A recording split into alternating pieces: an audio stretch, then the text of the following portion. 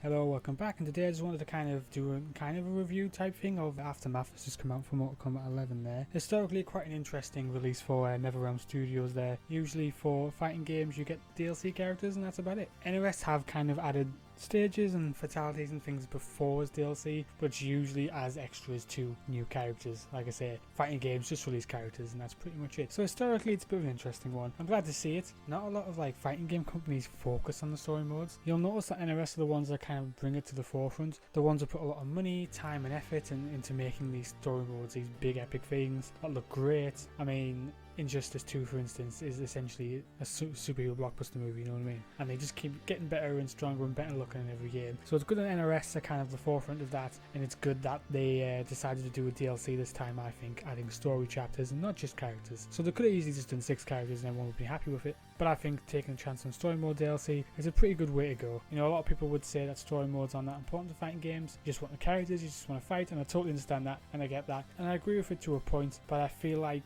one of the biggest aspects of fighting games, why people love them so much, are characters. You kind of want to see characters interact, you want to see characters do stuff, you want to see them in their storylines, you want to see them have the payoff you want them to have, you know? So there wouldn't be 15,000 million fans in every NRS tweet yelling about Millennium not being in the game. They didn't care about the character and wanted there. Not just because of her fighting style, but because they genuinely care about her as a character. So like I say, characters are really important. Whatever anyone says, characters are important. It is important that they play good. You want them to feel good, you want to have fun playing as them, but you also care about the character as a whole, you know what I mean? So with Aftermath, it's good that we actually have these characters interacting, characters that have been DLC previously that didn't have part in the story before, they're back and they have parts in the story, whether that's controversial or not, Sindel, but we will get into all that I suppose. So I mainly just want to talk about what you're paying for, the DLC, the Aftermath expansion. So there are new stages with stage fatalities, friendships, but that's all free stuff, that's just a ride in a general update. So if you want the new stages, the new stage fatalities and all the friendships, that's for free. So not necessarily part of the review. I will just quickly mention they are really good. I love the friendships. They are a great reference to how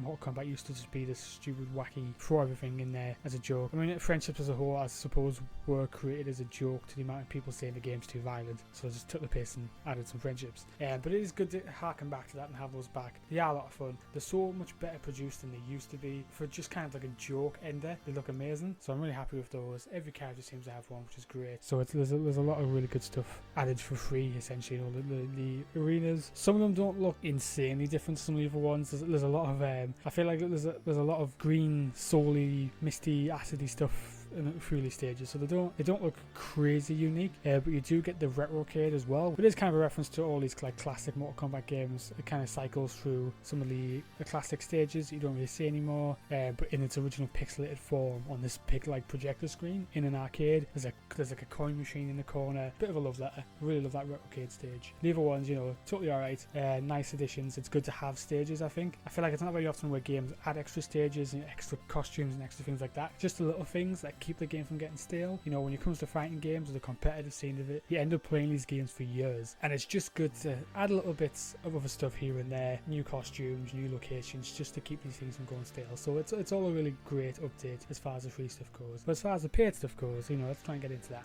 So Aftermath comes with an extra kind of a sequel-ish type thing to the original storyline. There's an extra 5 chapters, which is reasonably decent. You feel like you get a good 2 or 3 hours of gameplay out of it, and it's a lot of fun. The storyline isn't totally unpredictable. It goes areas you expect it to go. Every once in a while it'll be a nice surprise, but it doesn't do anything. I'm trying to give too many spoilers or anything here, but it doesn't do anything that's surprising. I was not blown away. There was one moment I was quite surprised at, but in the long term I don't think it really matters really. So it doesn't go areas you wouldn't expect it to go. There's a few surprises, like I say, but it doesn't get too crazy. Regardless of that though, it's extremely fun. It's really entertaining. I love just sitting there watching the characters interact. I know a lot of people have a lot of hate against Sindel at the moment because they kind of retcon their character to always being evil. To be fair though, they did kind of announce that retcon months and months ago when they released her as part of the first Kombat pack, so it's kind of odd that everyone's complaining about it now. I was never really attached to the character until Mortal Kombat 11 when she was first released as DLC. Thought she was a lot of fun. Thought she had some interesting stuff. Kind of liked that she was evil. I just thought it was a bit more entertaining. I mean, she's called Sindel. She couldn't look look any more like a bad guy traditionally, and she has banshee powers. So I don't think it's that weird that she's evil. She always looked evil. I think when I was a kid, I probably just assumed she was. And so the fact I was never really attached beforehand, it doesn't bother me too much. I understand that people are annoyed about the retcon. Myself personally, it's not something I'm too bothered about. In fact, her and Shao Kahn as this kind of like power couple is hugely entertaining to me. Thought that was really fun to watch. Shao Kahn was my main anyway. I was getting a bit biased there. I just think he's hilarious as a character. I just kind of think he's like this hugely entertaining character just because he's this stupid, massive like beast of a tyrant, and having him play off, Sindel a bit, I thought it was quite entertaining. I quite liked watching them. It's one of my favourite chapters in the story. Regardless of that though, the other characters are good here. I mean, Rain's really good as usual. Liu Kang, Fujin's a good addition. Nightwolf's alright, all that kind of stuff. It's kind of Shang Tsung that's kind of the main player. He's fantastically played. I probably can't announce this guy's name correctly. Kari Hiroyuki Tagawa, I think is his name. I don't know how that's pronounced. I'm probably doing it quite wrong. Either way, he absolutely kills it. Like in the original live action movie, Shang Tsung's just hugely entertaining as he is in this game as well. So he's so much fun to watch. It's a great scene to just converse with the characters and mess about and be his typical Shang Tsung self. So he's hugely entertaining. He's an absolute credit to the story. It's only 5 chapters long. It's not super long, but it feels like a decent chunk of time. Maybe not to how much you're actually paying for the DLC. We'll get into that as well. The DLC will also come with some skin packs that haven't been released yet. They did have this kind of pre-order bonus where you get an extra skin pack, which are really good skins. Referencing back to some of the older games with some of the more iconic costumes. I've wanted a classic Ross since day one, and I've wanted the kind of Shredder Sub-Zero costume for I can't even remember how long now. Since the first game it was in, skins you kind of you thought you might forgot about, not really doing anything with for a while, so it's really good to see those. And there are 3 more skin packs coming. No idea when. Not sure what they're going to include. Hopefully, if they're if they're anywhere near as good as the one we just got on the pre-order bonus, they're going to be really good packs. I'm happy about that. Like I say, the stages, skins and stages, these little things are like really good little bonuses just to keep things fresh. So it's good that they're going to be there. Although we have no idea what they're going to be yet. And I don't know what the deal is with the pre-order bonus one. I don't know if it's going to be like separately purchasable in the store at a time, however they're going to go about that, but they are really good skins, so hopefully you did get those when you could. And the only other thing there is the 3 brand new characters, so we're getting Fujin, Shiva and Robocop. I've messed around with them all a little bit, they all play quite differently. They do all feel quite unique. I'm not Sonic Fox, I can't sit here and tell you the competitive advantages of them all. I do like to play a bit of competitive myself, but I'm no Evo champion. However, I would describe the characters might not be the same way you would look into them or how you would expect them to be. I think Robocop is the character I was most excited for. It's a little bit hard to get used to him. He's a bit clunky, but that's probably just me. I kind of want him to be one of my main characters just because aesthetically I love Robocop. I love him as a character, and him being in the game, it means quite a bit to me. So I'm just happy he's there. I will try to get better at him just for the sake of taking him online and having some fun there. Fujin's crazy. He's a lot of fun. He's got a lot of crazy moves. He moves around like an absolute maniac. You can do a lot of crazy stuff in the air and things like that. So he's a lot of fun. Aesthetically, he's got some really good costumes and things like that. Like the old dude, to be fair. There's a mangled Robocop skin I think is absolutely amazing. I absolutely adore it. Fujin's got this really cool super anime type looking skin as well, but I think it's great. I feel like Shiva needs some more hair options rather than just helmets, but apart from that, the extra skins and stuff you get is all you expect from all the other characters. All the other DLC you've got, they've got all the aesthetics that you would expect a DLC character to have. Pleasantly surprised with Shiva as well. Mainly playing with the variation that has the extra grab. She's got like a low grab and things like that, so she's a lot of fun. They all play super different. They do feel quite different to each other, so they do kind of sit on the roster as good unique characters, which I appreciate. Nothing worse than kind of like a wasted slot, so it's good to have them all on there. They all play better than I expected them to, and I kind of appreciate them all as characters than I ever have before. I'm a bit of a fan of Shiva now, which I've never been before, so it is good that you bring these characters not just into the game but into the story mode as well. Like I was saying, it is important that you see these characters. I mean, there's a reason people love the interactions between matches so much, and the story mode's just like a movie version of that, so why would we not want that, you know what I mean? And it's really good to have a lot of them show up in the storyline. Spoilers, Robocop's not in the main story, obviously. That would have been funny, probably would have been a bit stupid though, so I'm not against it. So all in all, it's a pretty good content pack. I mean, if you want an extra mile out of a fighting game that isn't just characters, this is kind of what you're looking for. 5 new chapters, some new characters as well, which is important, again some new skin packs, and there are some stages and stuff just in the free update, so nothing going wrong with it there. The only really issue is with it is the price tag. If you're a die-hard Mortal Kombat fan, you get everything they do, you're going to get it, that's no problem. I wouldn't blame you. I personally pre-ordered it. I really wanted it, mainly for Robocop and the story as well. I was really excited to get the story. But if you think about the fact that the original game, let's say you're paying $50 to $60 for, personally I don't live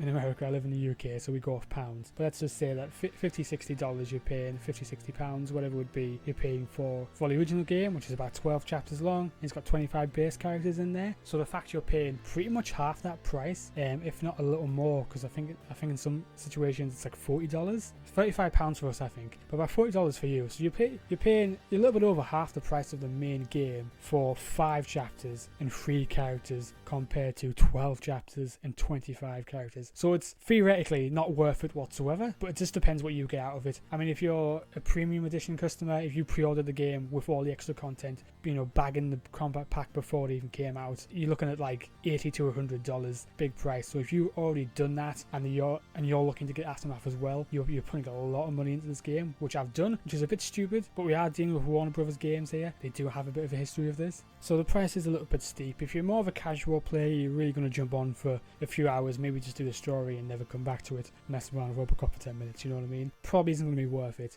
You know, if you're a big MK11 player, you've been playing it to this day, and you're probably going to get your money's worth out of it. You're going to probably pick up one of the new characters, might become one of your mains, you know, you're going to get your money's worth out of it, to be fair, and that's absolutely fine. It didn't affect me too much paying the price because I know I'll get my time's worth out of it, but I can definitely appreciate how it is a bit of a ridiculous price for most people. So looking at the money aspect of it, if you look at it statistically, definitely not technically worth the money, but if you just look at it as a fan, you're going to get your time out of it, I would say it's worth the money. So it's just up to what kind of Mortal Kombat player you are. You know, if you're big into it, you're going to be playing it for a long time, you just want more and more content, then absolutely go for it. But if you're just a bit of a casual player, you're not too sure, chances are you're not going to be playing the game after a week, you know what I mean? Might not be worth it for you, which I totally understand. All in all though, the stuff we got here was really good. Storyline's fantastic, if not a bit predictable, but it's still up to the level and polish that you would expect from NRS storyline, so it's hugely entertaining. It's great to see these characters. The new characters are all unique, they're all fun, they're all great, and I'm excited for the skin packs just to have more skins and things like that. I love the little extras, and the pre-order bonus skins, fantastic, really good. Couldn't look better, but once again, those are pre-order things, so whether you buying the pack now makes a difference towards that, you even getting those, who knows? So probably not. So that probably doesn't affect it too much. And I mean, people buying the pack aren't buying it for the free skin packs. It's going to be for, you know, the characters or maybe even the story, you know. So all in all, pretty decent. A little steep. I had a lot of fun with it. You know, there are a couple of chapters that have, you know, alternative routes in the story mode, so you can go back and do a couple of chapters again, just to make sure you get all that. I did notice a couple of main characters that were always been in the game have got a couple extra skins and things here and there, so it's good they've actually added to that in general. Like I say though, a lot of the good little things like the friendships are totally free, so if you only want to play around with it a little bit, maybe just mess around with the new friendships, the new stages, and if you decide you really like them, then maybe get Aftermath. But if you jump in, it doesn't bother you too much, you're not going to play it in the week, you know, you don't have to get it. It makes total sense. They put Robocop in there, they're probably going to make the money back anyway, so you don't have to worry about that too much. But yeah, no, I had a lot of fun. I hope to see more. It'd be interesting to see if we got another set of story chapters. I'd be down. You know, 5 more chapters, 3 more characters at a lower price. That'd be really good as an extra edition. It does feel like if you're going for all of it, all the premium content, you pre-ordered the game before it came out, and you're getting Aftermath, you pre-ordered that before it's come out. They are expecting you to sink a lot of money in there. So hopefully there's a bit more free content to come. Like I say, the fatalities and friendships and stuff for all free. That's all good. It's doing a bit more of that for the community. You know, maybe as long as we're doing some skin packs for the people who bought the pack, maybe some skin packs for the people who didn't. You know, just general skin packs for everyone, things like that. We'll probably get them a bit more cred than they're going to get, because there are a lot of people complaining about the price, which is totally just. I mean, Mortal Kombat's literally joked on Twitter about the whole "I'd buy that for $1" joke from Robocop, but the amount of comments just saying it's nothing like $1, it's $40. Some of the comment sections have had a bit of flack about the price, so totally justifiable. Understand that completely. WB Games have had the trouble in the past with monetizing and the price of stuff, so you know, it totally makes sense. Either way though, the Aftermath expansion as a whole, huge fan myself, just want more content.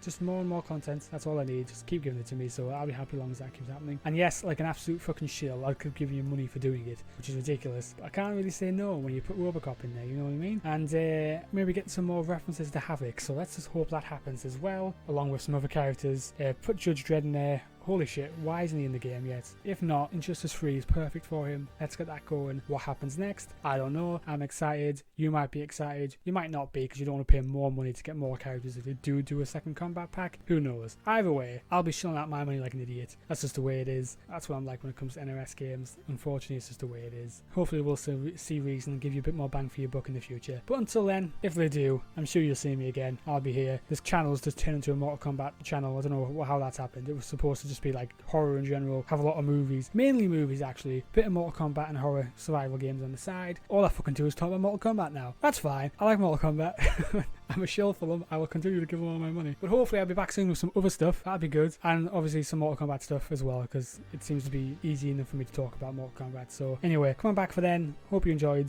me just rambling about whatever for however fucking long. It's probably been way too long. But if you like this kind of thing, you know, let me know. If you don't, tell me I'm a rambling wanker in the comment section. That's absolutely fine. And I'll see you all next time.